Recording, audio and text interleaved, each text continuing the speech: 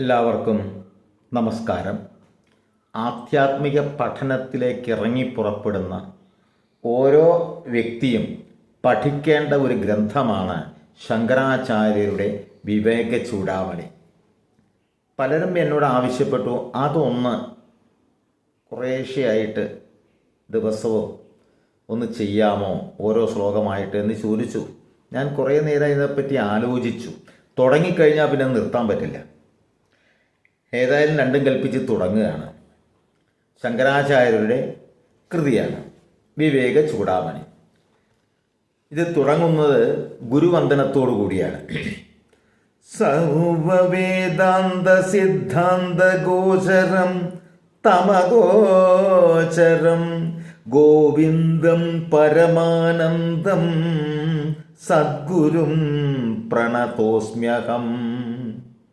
വേദാന്തവേദ്യനും അവാങ്മനസഗോചരനും പരമാനന്ദ സ്വരൂപനും സദ്ഗുരുവുമായ ശ്രീ ഗോവിന്ദനെ ഞാൻ സാഷ്ടാംഗം നമസ്കരിക്കുന്നു. ഇവിടെ ഗോവിന്ദൻ എന്ന് പറയുന്ന പദം രണ്ടർത്ഥത്തിലാണ്. ഒന്ന് സാക്ഷാൽ ഭഗവാൻ ശ്രീകൃഷ്ണനെ, പിന്നെ ഒന്ന് തൻ്റെ ഗുരുവായ ഗോവിന്ദാചാര്യരെ, ഗോവിന്ദമുനിയെ. ഈ ശ്ലോകത്തിൽ രണ്ടുപേരെയും കൂടി സ്മരിച്ചിട്ടാണ് ഗുരുവന്ദനം നടത്തുന്നത്. ഈ ഗോവിന്ദമുനിക്ക് ഒരു കഥയുണ്ട്. ആ കഥ എന്ന് പറയുന്നത് പാടലിപുത്രം എന്ന രാജ്യത്ത് നിന്നും വിദ്യാസാഗരൻ എന്ന് പറയുന്ന ഒരു യുവ ബ്രാഹ്മണൻ വേദാന്ത രഹസ്യം അല്ലെങ്കിൽ പ്രപഞ്ച രഹസ്യം അറിയാൻ വേണ്ടി പുറപ്പെട്ടു. അദ്ദേഹം ഒരു വനത്തിലെത്തി. വനത്തിൽ തപസ്വിയായിട്ടൊരു ബ്രാഹ്മണനെ കണ്ടുമുട്ടി. അദ്ദേഹത്തെ ഗുരുവായി സ്വീകരിച്ചുകൊണ്ട് ബല അതിബല എന്ന രണ്ട് മന്ത്രത്തിൻ്റെ സഹായത്തോടുകൂടി ഭക്ഷണവും പാനീയവും ഉപേക്ഷിച്ചുകൊണ്ട്, അതായത് പ്രകൃതിയിൽ നിന്നും ഊർജത്തെ സ്വീകരിച്ച് ജീവനെ നിലനിർത്താനുള്ള ഒരു തന്ത്രമാണ് ബല അതിബല എന്നുള്ളത്. അദ്ദേഹം പഠിച്ചു. ഒരു 6 മാസം കൊണ്ട് അദ്ദേഹം എല്ലാം പഠിച്ചു. അപ്പോഴേക്കും ഗുരു നിര്യാതനായി. ഗുരുവിൻ്റെ സംസ്കാര ചടങ്ങുകളെല്ലാം കഴിഞ്ഞ് അദ്ദേഹം പുറത്ത് കടന്നപ്പോഴേക്കും ഈ ശക്തി മുഴുവൻ നശിച്ചു പോയിരിക്കുന്നു. ബല അതിബല എന്ന് പറയുന്ന ഈ മന്ത്രത്തിൻ്റെ ശക്തി. കാരണം പ്രകൃതിയിൽ നിന്നും ഊർജത്തെ സ്വീകരിക്കണമെങ്കിൽ ചില പ്രത്യേക സ്ഥലത്ത് ഇരുന്നിട്ടൊക്കെ വേണം. അദ്ദേഹം ക്ഷീണിച്ച് അവശനായി തളർന്നു വീണത് ഒരു മണിമാളികയുടെ മുന്നിലാണ് വീണത്. അവിടെ മന്ദാകിനി എന്ന് പറയുന്ന ഒരു ദേവസ്ത്രീ, ഒരു ദേവദാസി സ്ത്രീയാണ് താമസിച്ചിരുന്നത്. മന്ദാകിനി യുവാവിനെ കണ്ടു, എടുത്തുകൊണ്ടുപോയി പണിക്കാരുടെ സഹായത്തോടു കൂടി ശുശ്രൂഷിച്ചു. ഒരു 4-5 ദിവസം കഴിഞ്ഞപ്പോഴേക്കും ഇയാൾക്ക് ആരോഗ്യം പൂർണ്ണമായി വീണ്ടുകിട്ടി. അദ്ദേഹം അവിടുന്ന് പോകട്ടെ, യാത്ര ചോദിക്കുകയാണ്.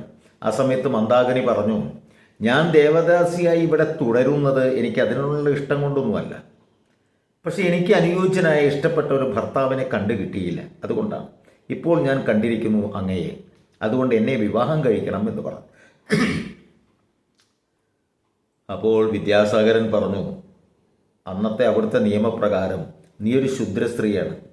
ഒരു ശൂദ്ര സ്ത്രീയെ വിവാഹം കഴിക്കണമെങ്കിൽ മറ്റ് 3 വർണ്ണങ്ങളിൽ നിന്നും ഞാൻ വിവാഹം കഴിച്ചിരിക്കണം.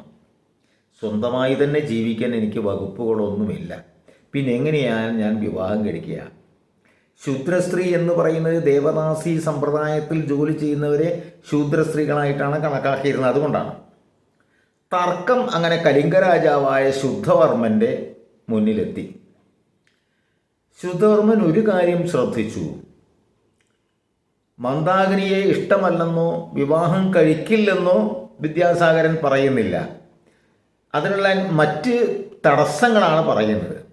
അപ്പോൾ ഇത് മനസ്സിലാക്കിയ വിദ്യാസാഗരൻ പറഞ്ഞു, രാജാവ് വിദ്യാസാഗരനോട് പറഞ്ഞു, മറ്റ് 3 വർണ്ണങ്ങളിൽ നിന്ന് നിനക്ക് വിവാഹം കഴിച്ചു തരാം, ജീവിക്കാനുള്ള സാഹചര്യവും ഉണ്ടാക്കിത്തരാം. എന്നാൽ ഇവളെ വിവാഹം കഴിച്ചുകൂടെ എന്ന് ചോദിച്ചപ്പോൾ വിദ്യാസാഗരൻ തലകുലിച്ച് മിണ്ടാതെ നിൽക്കുകയാണ് ചെയ്തത്.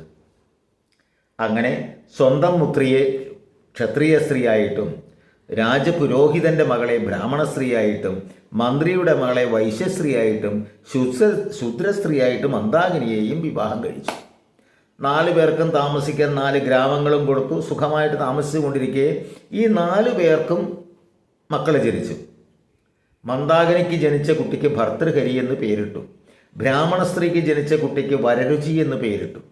ക്ഷത്രിയ സ്ത്രീയിൽ ജനിച്ച കുട്ടിക്ക് ആദിത്യൻ എന്ന് പേരിട്ടു, പിൽക്കാലത്ത് വിക്രമാദിത്യൻ എന്ന പ്രസിദ്ധനായത്. വൈശ്യസ്ത്രീയിൽ ജനിച്ച കുട്ടിക്ക് ഭട്ടി എന്നും പേരിട്ടു. കുട്ടികൾ ജനിച്ച് അധികം കഴിയുന്നതിന് മുമ്പ് ഈ ശുദ്ധവർമ്മൻ മരിച്ചു. പിന്നെ രാജ്യഭാരം വിദ്യാസാഗരൻ ഏറ്റെടുത്തു. അങ്ങനെ കുറേ കാലം കഴിഞ്ഞു. മക്കളെല്ലാം വളർന്നു വലുതായി. അപ്പോൾ പറഞ്ഞു, മക്കളെ എല്ലാവരെയും വിളിച്ച് വിദ്യാസാഗരൻ പറഞ്ഞു, ഞാൻ സന്യസിക്കാൻ പോവുകയാണ്. വിധിപ്രകാരം നിയമപ്രകാരം ആദിത്യന് അവകാശപ്പെട്ടാണ് രാജ്യം. കാരണം ശുദ്ധവർമ്മൻ്റെ മകളുടെ മകനാണല്ലോ. പക്ഷേ ആദ്യം ജനിച്ച കുട്ടി മന്ദാകിനിയും ജനിച്ച ആളായതുകൊണ്ട്, ഭർതൃഹരി ആയതുകൊണ്ട് ഞാൻ ഭർതൃഹരിയെ രാജാവാക്കാൻ ഉദ്ദേശിക്കുന്നു. എന്താ നിങ്ങളുടെ അഭിപ്രായം എന്ന് ചോദിച്ചു. മക്കളെല്ലാവരും അതിന് സമ്മതിച്ചു. അങ്ങനെ ഭർതൃഹരിയെ രാജാവാക്കിയതിന് ശേഷം ഈ വിദ്യാസാഗരൻ സന്യാസം സ്വീകരിക്കുകയാണ്. ഗൗഡപാദ മുനിയിൽ നിന്നാണ് സന്യാസം സ്വീകരിച്ചത്. അപ്പോൾ അദ്ദേഹം സ്വീകരിച്ച പേരാണ് ഗോവിന്ദാചാര്യർ, ഗോവിന്ദമുനി എന്നുള്ളത്. ആ ഗോവിന്ദമുനിയാണ് പിൽക്കാലത്ത് ശങ്കരാചാര്യരുടെ ഗുരുനാഥനായിട്ട് മാറിയത്. അപ്പോൾ ഇവിടെ ഒരു സംശയം വരും, ശങ്കരാചാര്യർ ക്രിസ്തുവിൻ്റെ മുൻപാണോ ശേഷമാണോ എന്നുള്ളത്. അതിന്നും തർക്കത്തിൽ കിടക്കുകയാണ്. സഖ്യാനന്ദ സ്വാമികളുടെ കരികാലാവലോകനം എന്ന് പറയുന്ന ഗ്രന്ഥത്തിൽ വ്യക്തമായി പറയുന്നുണ്ട്, ശങ്കരാചാര്യർ ക്രിസ്തുവിന് മുൻപാണ്. അതിൻ്റെ 36ാമത്തെ തലമുറയായിട്ടാണ് കാലടി ശങ്കരാചാര്യരെ കാണുന്നത് എന്ന്. പക്ഷെ ആ പുസ്തകം ഇപ്പോൾ കിട്ടാനില്ല. എൻ്റെ അടുത്ത് ഉണ്ട്, പക്ഷെ അതാകെ നാശായി കിടക്കുക, പൊടിഞ്ഞു പോവും പേജുകളൊക്കെ. പല പബ്ലിക്കേഷനിലും അയച്ചു ചോദിച്ചു, അവിടെ ഒന്നും ഇല്ല, സാധനം ഇല്ല ഇപ്പോൾ. അങ്ങനെ ഇരിക്കുന്നു. അപ്പോൾ ചുരുക്കി പറഞ്ഞാൽ ഗുരുവന്ദനമാണ് ഇന്ന് ചെയ്തത്. ഈ ഗോവിന്ദമുനിയുടെ കഥയും ബാക്കി അടുത്ത ദിവസം. നന്ദി, നമസ്കാരം.